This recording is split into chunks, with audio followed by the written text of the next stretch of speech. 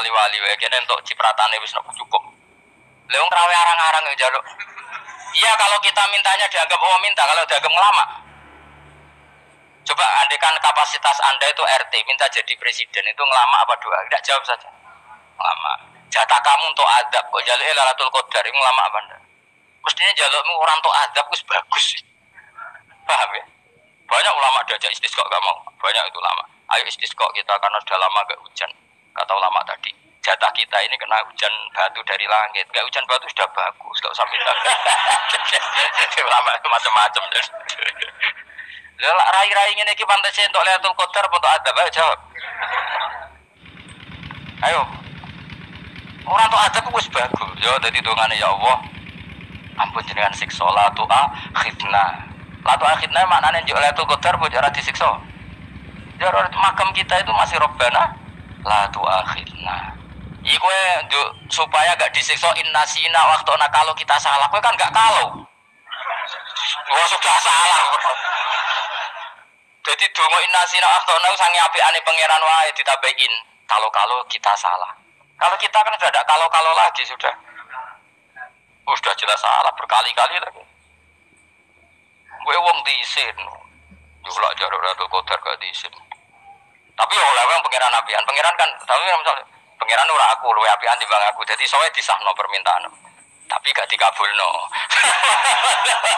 Mau disahno tapi ora usah wae. Disahno iku iman jalin jan goblok piye meneh macam-macam. Makanya doa paling fair itu ya Rabbana dzulamna anfusana wa lam taghfir lana wa tarhamna lanakunanna. Makom kita itu di sepuro pangeran. Sing bener donga wong traweh-traweh lho ning Tuban ning Jogja wis bener apa innaka afuwun karim tuhibbul afwa fa'fu anna. Ora ana guru-guru kita donga ya Allah anilna lailatul qadar ya Allah ka ono saraku iki kita ana ngajarno ngono ya Allah innaka afuwun karim tuhibbul afwa fa'fu anna. Jenengan kandat sing kathah nyepurane lan seneng nyepuro impun jenengan sepuro. Iku wis bagus itu. Lailatul Qadar gresuk tok srengenge. Terus delok angin. Akhir daerah Gunung Kidul banter terus anak-anak. Gue wong tahu diri, maksud kula dia tetap minta Lailatul Qadar tapi tahu diri. Misalnya suwe bersedekah, puasa salat 1000 rakaat terus utang di sahur. Sampai 10 togo-togo sing mbok dolimi jalmi sepuro. Pas kowe tenan mergo ngrasa ora dolim untuk Lailatul Qadar. Tapi kira ngrasa ora dolim wis ujub sombong. Wong sombong ora berhak meraih. Terus piye Gus? Ora piye biasa wae, pokok biasa wae. Makom kita ora kena adab itu sudah luar biasa. Ora penuh adab piye. Sing ngene iki luar biasa lho. Luar. Kok nang ngandel kula. Mesti ngene iki keadaan seperti ini terus. Soale dongane wae Rabbana la tu'akhidna in nasina wa akhtana. Jadi itu sudah. Nah, ini kan teruskan dawuh Mbah Mun. Misalnya Allah bilang gini, fattaku, maka takutlah kamu. Biasanya mufassir ditambahi minan nar, maka takutlah kamu masuk. Sebetulnya yang perlu dihindari dari kita, takut salah, takut bodoh, takut terzalimi, takut mendolimi orang lain, takut hidup tidak ada gunanya. Tapi mufassir tentu milih yang populer, takutlah kamu dari api. Coba misalnya gini, kita nanti masuk surga. Kemudian zaman di dunia kita tidak pernah berkampanye ya atau berkontribusi untuk agama Allah. Cara saya itu izin. Kata Imam Malik, saya masuk surga. Kemudian orang yang mencintai saya masuk surga itu saya malu. Rasulullah juga gitu. Saya sebagai pemimpin umat, saya malu masuk surga. Dan satu dari umat saya masih masuk neraka. Jadi ulama dulu tuh ketakutannya bukan sekedar masuk neraka, takut malu, takut bodoh, takut keliru, takut. Saya misalnya nanti masuk surga itu malu dengan saya tidak pernah ngajar tafsir Jalalain. Malu saya. Karena katanya Allah, kenapa pun swarga? Terus di swarga. Tapi kalau pernah baca tafsir Jalalain kan anak keren nih. Keren artinya saya pernah mengkampanyakan Quran, pernah mengkhidmai Quran, pernah ngitmai kitab engkau ya Allah. Saya pernah ngitmai umatnya Rasulullah yaitu sampean kabeh. Pernah mulang, pernah sowan. Biasa tiap bulan sowan jenengan gak sopan tapi. Mulane kira sambal sowan rono malah ganggu aneh-aneh. Kadang santri yo pidol, wis diulang cek sowan. Orang tuh kiai kalau sudah di rumah tuh milik keluarga biar fair. Bermulang cek assalamualaikum terus kiai ini kagak keluargane ku kapan? Boyo mikir bocah ora karu-karuan.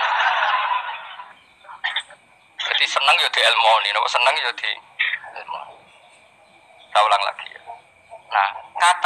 kata yang ditafsir itu sering tidak mengikat. Makanya kata Mbah Mun, baca tafsir itu dikurangi. Maksudnya dikurangi itu bukan apa-apa. Maksudnya tadi kalimat yang ditafsir itu tidak mengikat. Yang mengikat itu yang kalimat di Quran. Nah kalimat Quran itu umum, kenapa?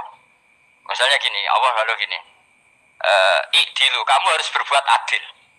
Lalu adil itu misalnya mufassir menafsiri, adil itu menyamakan di antara dua orang konflik. Misalnya di MK 01 dan 02 dianggap sama, itu namanya adil. Itu kan dawe mufassir. Atau misalnya gini, Allah bilang gini ke saya, hak kan ada di kiai sing adil. Terus adil ditafsiri orang, adil itu menyamakan sesama murid, haknya sama. Nah, tapi bisa saja adil itu di luar itu semua.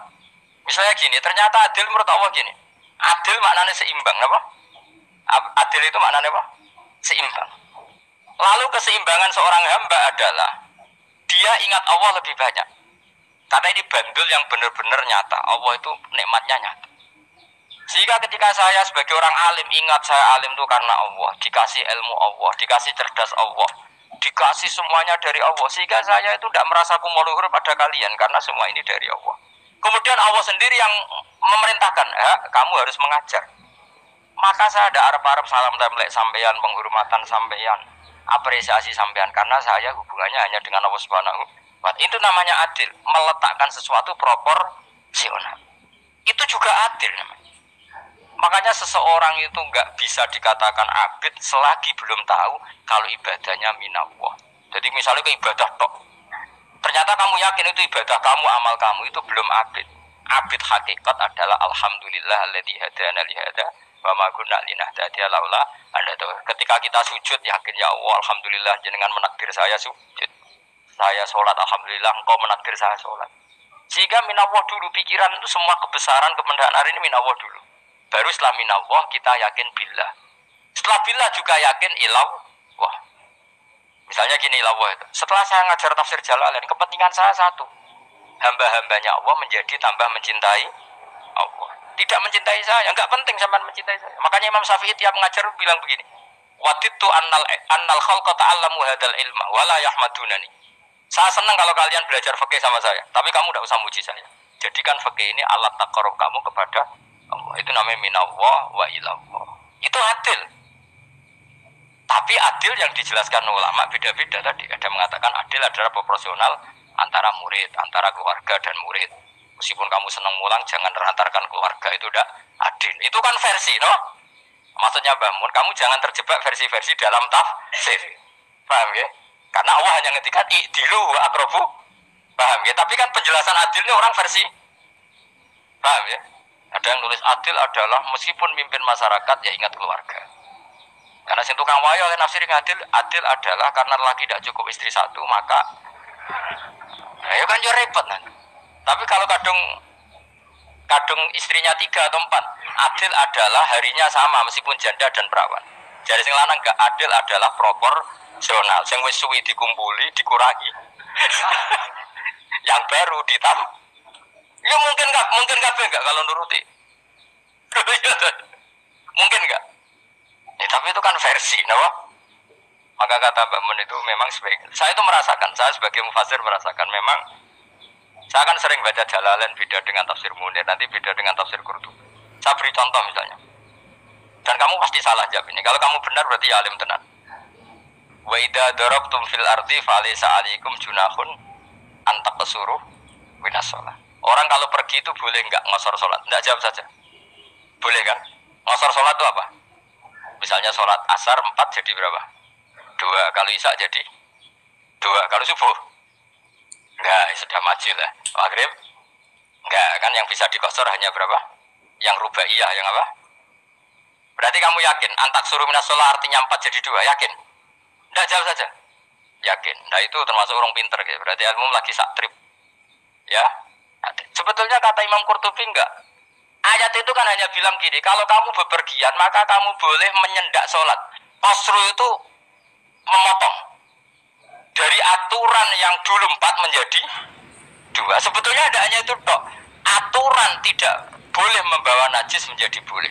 Aturan harus tumak ninah menjadi tidak harus tumak ninah. Misalnya kamu sholat dalam keadaan perang, wajib tumak ninah apa boleh sambil lari-lari? Boleh sambil lari-lari. Boleh nggak ketika perang kamu sholat sambil menghadap tidak ke kiblat? Subscribe, like, share. Terima kasih.